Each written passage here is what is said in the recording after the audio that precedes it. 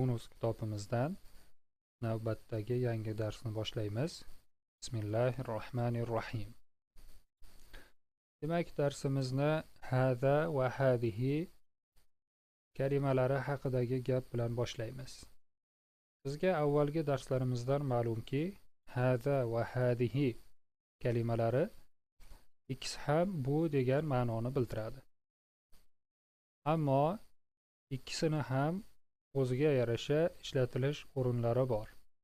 Hadadan qachon foydalanamiz va hadihidan qachon foydalanamiz?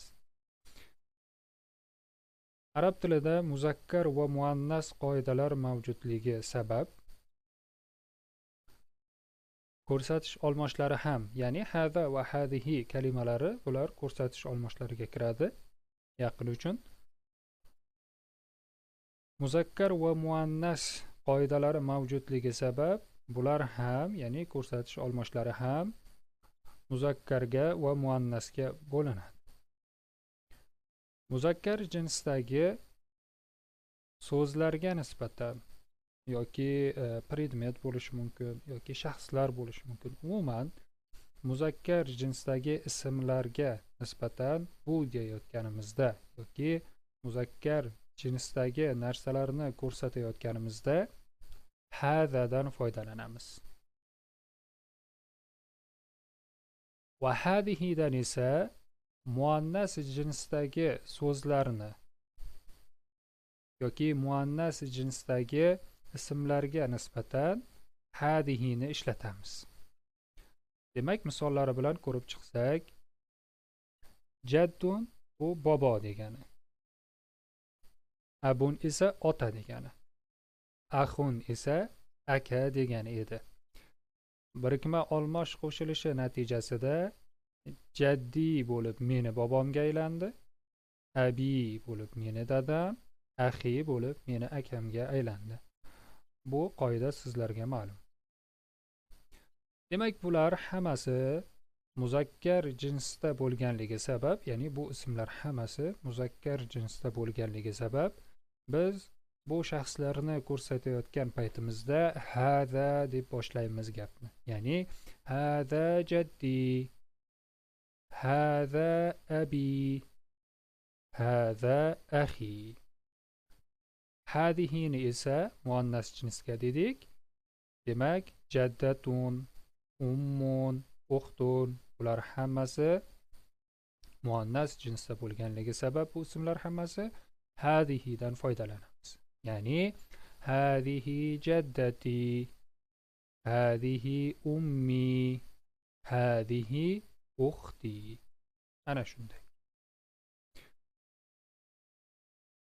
Ismlarning muzakkar va muannasga bo'linish haqidagi qoidani mukammal tushunib olishlik uchun biz yana bir boshqa kitobdan darsliklar qilib boryapmiz. Ya'ni o'qish kitob.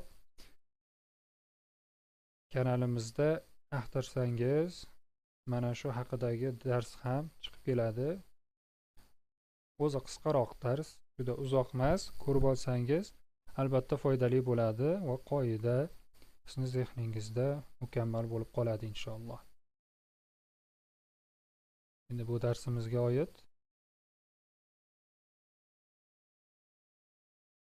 ba'zi bir mashqlar keladi. Demak, bu yerda aytayapti: astami'u va asilu bayna at-tahiyyati war-rad. Eshitaman, astami'u eshitaman degani va javob va savollar orasini bog'layman. Ya'ni salomlashish va unga bo'lgan javoblar o'rtasini bog'layman. Bu yerda avvalo qalam chiqarib olamiz.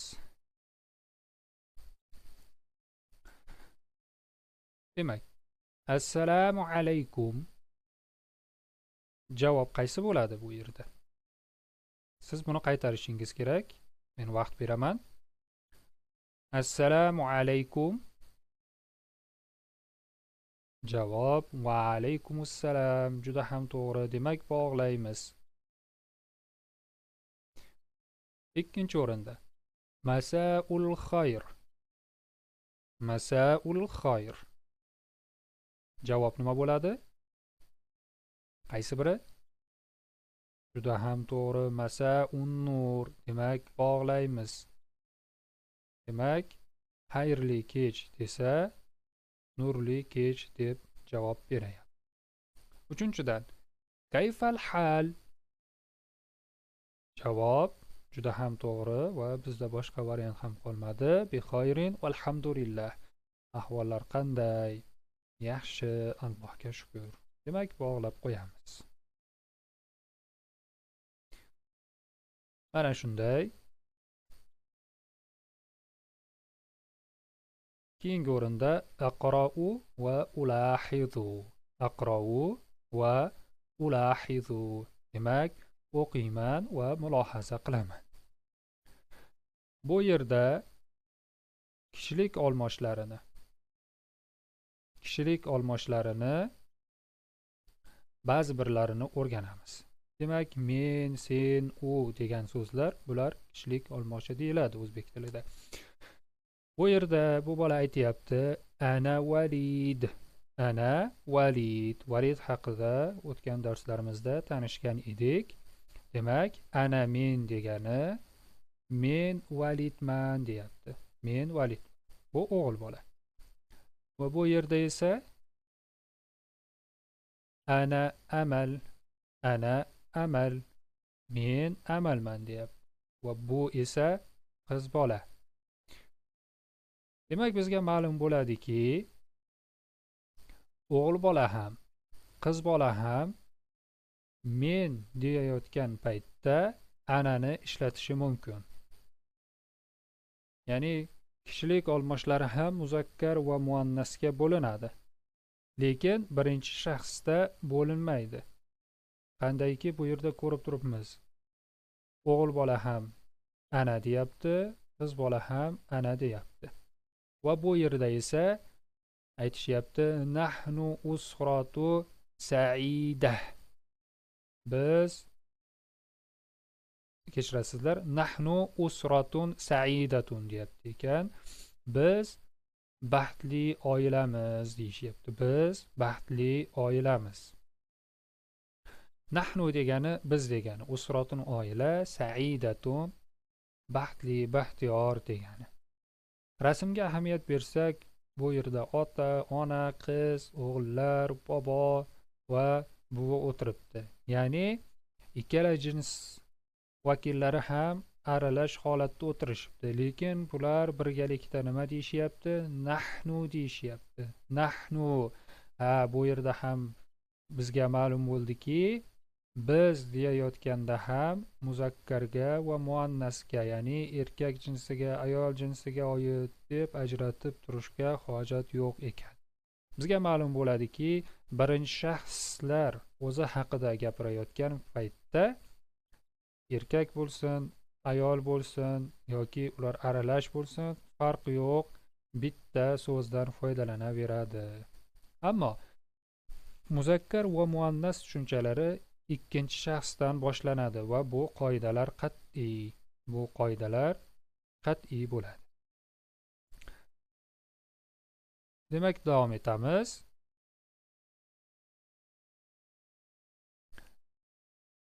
Anta valid. Anta valid. Sen validsan. Sen validsan. Demak, anta degani, bu sen degani faqat o'g'il bolaga nisbatan, ya'ni muzakkarga, erkaklarga nisbatan ishlatiladi.